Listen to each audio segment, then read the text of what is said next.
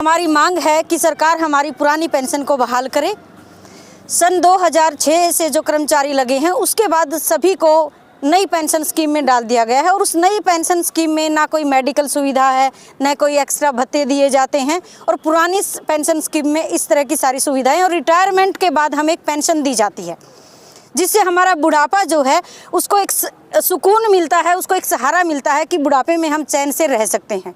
हम सरकार से कई बार मांग कर चुके हैं, हमने पंचकुला में रैली की, हमने दिल्ली में रैली की है और सरकार ने हमारे ऊपर आंसू गैस के गोले छोड़े हैं जिसमें हमारे कई साथी घायल भी हो गए थे, लेकिन उसके पश्चात भी हरियाणा सरकार के कान पर जूं भी नहीं रेंग रही है। उसे हमारी मांग पता नहीं क्यों नाजायज लग रही है, जबकि एक मंत्री बन जाता है, 4 बार मंत्री बन गया, वो 4 बार पेंशन लेता है। एक ही परिवार से कई सदस्य पेंशन ले रहे हैं और हम कर्मचारी जो समाज का निर्माण करते हैं, जो उसके विकास में अपना सहयोग देते हैं, उनको जरा भी चिंता नहीं है कि इनका बुढ़ापे में क्या होगा, ये कहाँ जाएंगे। हम 4-4, 5-5, 2,500 हज़ार रुपये में अपना गुजारा कैसे करेंगे। बुढ़ापे में तो बीमारियाँ भी आ जाती हैं सर, उन बीमारियों का इलाज 4-5 हज़ार में हो जाएगा। तो जो हमारा जीवन, पूरा जीवन हम समाज की सेवा में दे रहे हैं और बुढ़ापे में हम दर दर की ठोकरें खाएं। दूसरी तरफ सरकार हमेशा कहती है कि नारी को आगे बढ़ाओ, नारी शक्ति को आगे बढ़ाओ। आज जो ये नारियां, नारी शक्ति रोड पे घूम रही है, रैलियों में जा रही है, क्या उनको दिखाई नहीं दे रहा कि नारी की अस्मिता को भी खतरा है। हरियाणा प्रदेश के अंदर लगभग 2 लाख एनपीएस कर्मचारी है और उनके साथ साथ 90,000 के आसपास पुरानी पेंशन नीति के कर्मचारी अधिकारी जो हमारे अभी काम कर रहे हैं। उसके अलावा 1.5 लाख के आसपास हमारा पुरानी कच्चा कर्मचारी है जो ये चाहता है कि उनका रोजगार पक्का हो और उनको पुरानी पेंशन का लाभ मिले। ये तमाम कर्मचारी आज एक मंच के ऊपर इकट्ठा हैं पेंशन बहाली संघर्ष समिति के नीचे, और कल ओपीएस संकल्प महारैली में लाखों की संख्या में ये तमाम कर्मचारी अपने परिवार सहित भाग लेने का काम करें। अब की बार हरियाणा सरकार को एक रैली के माध्यम से हम हिलाने का काम करेंगे। जो हमारे साथ बार बार वायदा खिलाफी कर रहे हैं, दुष्यंत जी जब चुनाव था इन्होंने वायदा किया था, हर मंच से, हर रैली के माध्यम से कहते थे कि मैं ओपीएस दूंगा। आज सत्ता में सरकार के साथ बैठे हैं, बात भी नहीं करते हमारे साथ। सरकार ने एक कमेटी बनाई थी पिछली साल 19 फरवरी को, हम पंचकुला गए, लाठीचार्ज किया, फिर नेक्स्ट डे ही बातचीत के लिए बुला लिया। सरकार ने कमेटी बनाई, वो भी ढकोसला साबित हुई। अब सरकार मना कर रही है, सरकार बोलती है कि डबल इंजन की सरकार है, हम कुछ नहीं कर सकते, ऊपर से लागू होगा। ऊपर वाले, जैसे हम पिछले इतिहास उठाकर देखते हैं, योगी जी, राजनाथ जी जब विपक्ष में थे तब ओपीएस का समर्थन करते थे, सरकार को लेटर लिखते थे कि वो कर्मचारियों को ओपीएस दी जाए। लेकिन आज सत्ता में बैठे हैं, आज वो मना कर रहे हैं, सब खुद पेंशन का लाभ ले रहे हैं और कर्मचारियों को दुश्मन दिखाई देने लगे। कल हम पूरे हरियाणा के कर्मचारी जींद में अपनी ताकत दिखा देंगे और सरकार को हिलाने का काम करें। अरे हरियाणा में देख लीजिए, पूरा चौटाला परिवार में देखिए, उनका दादाजी, उनका पिताजी, उनकी माताजी और खुद कई पेंशन ले रहे हैं। वहीं हमारा एक कुलदीप बिश्नोई जी का परिवार देखिए, उनकी भी माताजी और वो खुद, और अब लास्ट में अभी आदमपुर चुनाव में आपने देखा है, इन्होंने अपने बेटे को टिकट दिलवा कर वो वहाँ से फिर जीतने के बाद आज उसके लिए भी पेंशन का प्रावधान कर दिया है। तो नेता लोग तो लाख में पेंशन लेते हैं। मैं एक आंकड़ा आपको दूँ, 2019-20 का जो एक्चुअल आंकड़ा है, देखिए बड़े जो 283 करोड़ रुपए कुछ सैकड़ों की संख्या में जो एमएलए है उनके लिए हरियाणा से बजट जाता है। लेकिन अगर कर्मचारी की मैं बात करूं, जो कर्मचारी इन सर्विस गुजरा या रिटायरमेंट होने के बाद गुजरा है, उनके परिवार को जो फैमिली पेंशन मिलती है, जिनकी संख्या लगभग 1 लाख है, उनको मात्र 603 करोड़ रुपए, और कुछ सैकड़ों में जो एमएलए हैं वो अपने 283 करोड़ रुपए ले रहे हैं।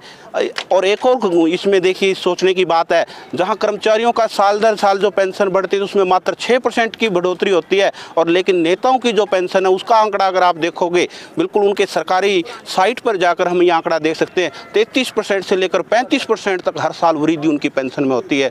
तो ऐसी व्यवस्था आज हमारा जो हरियाणा का एक नागरिक कभी स्वीकार नहीं करेगा, और हरियाणा का कर्मचारी कल यहाँ पर इकट्ठा होकर ये दिखा देगा कि हरियाणा के कर्मचारियों में कितनी ताकत है। और जब सत्ता एक तानाशाह हुई है और कर्मचारियों के साथ उसका टकराव हुआ है, तो उन्होंने सत्ता गंवानी पड़ी है, और कर्मचारी ये काम करेगा अगर कर्मचारियों की जायज़ मांग को नहीं सुना गया और नहीं माना गया। तो हरियाणा का आज कर्मचारी लगातार जो संघर्ष कर रहा है पेंशन के लिए, लेकिन दुर्भाग्य की बात ये है, ये नेता लोग जो इस सरकार की व्यवस्था बनाने के लिए जो कर्मचारी जुटे रहते अपना पसीना बहाते हैं, उनके लिए पेंशन नहीं, लेकिन खुद के लिए कई पेंशन का प्रावधान कर लेते हैं। क्योंकि लगातार हमारी मुहिम है, 2 पंक्तियां मैं आपके बीच में करता हूं। वोट फॉर ओपीएस की ये मुहिम हमारी है, अगर पेंशन नहीं है तो ना वोट तुम्हारी है। विजेंद्र धारीवाल जी कर रहे कमाल जी, ये सारा हरियाणा जगा रहे हैं। तो हमें इस वोट फॉर ओपीएस की मुहिम को हर कर्मचारी पालन करेगा और अपनी पेंशन को बहाल कराने का काम करेगा। इसमें सरकार हमारा पैसा काट के कॉरपोरेट घरानों को दे रही है। जो हमारा टैक्स का पैसा है वो कॉरपोरेट घरानों को जा रहा है और उसमें कर्मचारी का पैसा अनाप शनाप कटता है। अगर यहाँ अंडानी और अंबानी को अगर छींक भी आ जाती है तो हमारा पैसा शेयर मार्केट में लगा हुआ है, सारा कट जाता है हमारा पैसा।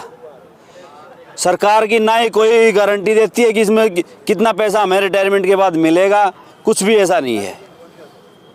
तो इसमें हम ओपीएस महासंकल्प रैली में इकट्ठे होकर हम सरकार को चेताना चाहते हैं, या तो सरकार हमें ओपीएस बहाल करे, वरना आने वाले इलेक्शन में कर्मचारी इकट्ठा होकर इसको बाहर का रास्ता दिखाने का काम करेगा। इतिहास में नाम दर्ज होने जा रहा है। लाखों की संख्या में कर्मचारी हरियाणा के कोने कोने से आएंगे, चाहे वो पलवल का छोर हो या नारनौल का छोर हो, पंचकुला से लेकर पूरे हरियाणा से छोर से यहाँ पे कर्मचारी इकट्ठा होंगे। और इस बार कर्मचारी सहपरिवार आ रहे हैं क्योंकि ये सामाजिक मुद्दा है और बिल्कुल ये मांग के साथ साथ एक सामाजिक मुद्दा है। सरकार को हम यहाँ पर चेताना चाहते हैं कि आर्थिक और सामाजिक सुरक्षा देना सरकार का कर्तव्य बनता है।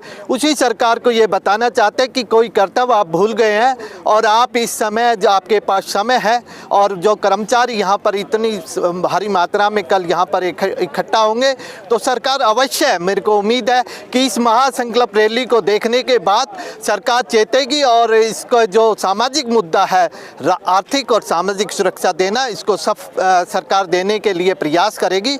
और इसी मुद्दे के लिए देखो पूरे राष्ट्र में आपने देखा कि आंदोलन चल रहा है, तो सरकार को चाहिए कि भाई इस प्रकार की जो राजनीतिक जो चीज़ है उसको छोड़कर इसके ऊपर हरियाणा में लगभग 5200 गांव हैं और हर गांव में जो है बूथ स्तर पर हमने अपनी कमेटियां गठित कर दी हैं कर्मचारियों की, और डोर टू डोर हमारा प्रोग्राम चला हुआ है। तो इसके लिए हमने हमारा कर्मचारी जो है जागरूक है और आने वाले समय में वोट फॉर ओपीएस की मुहिम चला के जो पेंशन बहाल करेगा वही देश पर राज करेगा, इस नारे को साकार करने का काम पेंशन बहाली संघर्ष समिति के हर कार्यकर्ता के द्वारा किया जाएगा। और इसको साकार करने के लिए हर कार्यकर्ता पूरा जोर शोर से लगा हुआ है और आने वाले चुनाव में आपको इसके रिजल्ट दिखाई देंगे। पेंशन बहाली संघर्ष समिति हरियाणा में पिछले कई वर्षों से पेंशन आंदोलन को आगे बढ़ा रही है और हमारी सरकार से लगातार ये मांग है कि कर्मचारियों को एनपीएस से छुटकारा दे के ओपीएस पे लाएं। क्योंकि अगर सरकार इस बात को नहीं मानती है तो जिस प्रकार से हिमाचल प्रदेश में ओपीएस के मुद्दे पर सरकार बदली है, कर्नाटक में सरकार बदली है, हरियाणा में भी बदलने का काम कर्मचारी करेंगे। आपने देखा होगा कि हिमाचल प्रदेश में मुख्यमंत्री विधानसभा में कहते थे कि अगर कर्मचारियों को पेंशन लेनी है तो वो चुनाव लड़ लें। इसका मतलब कि पेंशन केवल नेता ले सकते हैं, कर्मचारी नहीं ले सकते। तो ऐसे ही हिमाचल प्रदेश में कर्मचारियों ने ऐसा चुनाव लड़ा, कर्नाटक में ऐसा चुनाव लड़ा कि आज सरकारों ने ओल्ड पेंशन स्कीम वहाँ लागू कर दी है। इसी प्रकार से हरियाणा में हमारी लगातार मुहिम चल रही है वोट फॉर ओपीएस। अगर सरकार हमारी बात को मान लेती है, उनको आचार संहिता लगने तक का समय सरकार को दिया जा रहा है कर्मचारियों के माध्यम से, अगर ओल्ड पेंशन स्कीम लागू हो जाती है तो ठीक है, नहीं तो एक एक कर्मचारी अपने परिवार, रिश्तेदार, सब यारे प्यारों के साथ ओपीएस के लिए वोट करेगा और उस सरकार को बदलने का काम करेगा जो तानाशाही पे उतर रही है।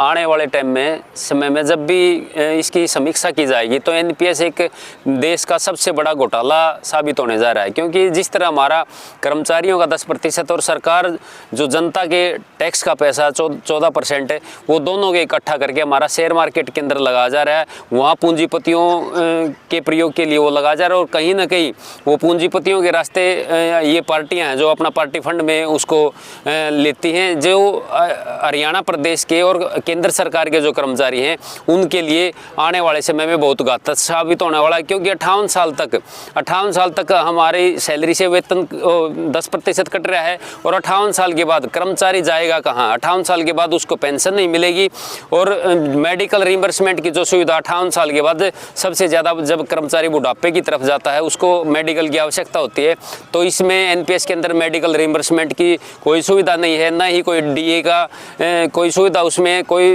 इंक्रीमेंट या एलटीसी वगैरह का ऐसा कोई प्रावधान नहीं है। और सबसे बड़ी बात क्या है, 58 साल तक ही सरकारी कर्मचारी सरकार का है। 58 साल के बाद यदि उसकी पेंशन में भी कोई त्रुटि है वो ना अपने विभाग के पास जा सकता है, न ही वो अपनी ट्रेजरी विभाग में जा सकता है, उसने कर्मचारी ने सीधा एनएसडीएल से संपर्क करना पड़ेगा। जब 2200-2500 पेंशन बनेगी तो वो एनएसडीएल की कंपनी में भी नहीं जा सकता। उस समय पर कर्मचारी के साथ बहुत बड़ा ये सामाजिक और आर्थिक हमला होने वाला है। कल जींद के एकलव्य स्टेडियम में हमारी ओपीएस संकल्प महारैली होने जा रही है। हरियाणा प्रदेश के 5.5 लाख कर्मचारी, चाहे वो हमारा कच्चा कर्मचारी हो, चाहे ओल्ड पेंशन स्कीम का कर्मचारी हो, चाहे एनपीएस का कर्मचारी हो, तमाम कर्मचारी हमारे इस ओपीएस संकल्प महारैली को समर्थन कर रहे हैं, हमारे आंदोलन को समर्थन कर रहे हैं, क्योंकि ये जन जन की आवाज़ है। और अगर सरकार पुरानी पेंशन को बहाल नहीं करती तो निश्चित तौर पर ये तमाम कर्मचारी, इनका परिवार सरकार के खिलाफ वोट फॉर ओपीएस की मुहिम चलाकर इस सरकार को सत्ता से बाहर करने का काम करेगा। इसलिए और रही बात सरकार अगर ये समझती है कि कर्मचारियों का वोट बैंक नहीं है, कर्मचारी अपनी वोट की ताकत से उनके ऊपर कोई प्रभाव नहीं डाल सकते, तो आप इतिहास उठाकर देख लीजिए। इस बार हरियाणा प्रदेश के एक कर्मचारी, उनका परिवार जागरूक है और सभी ने ये शपथ ली है और कल भी एक शपथ लेंगे कि या तो पुरानी पेंशन बहाल करो, नहीं तो सत्ता खाली करो।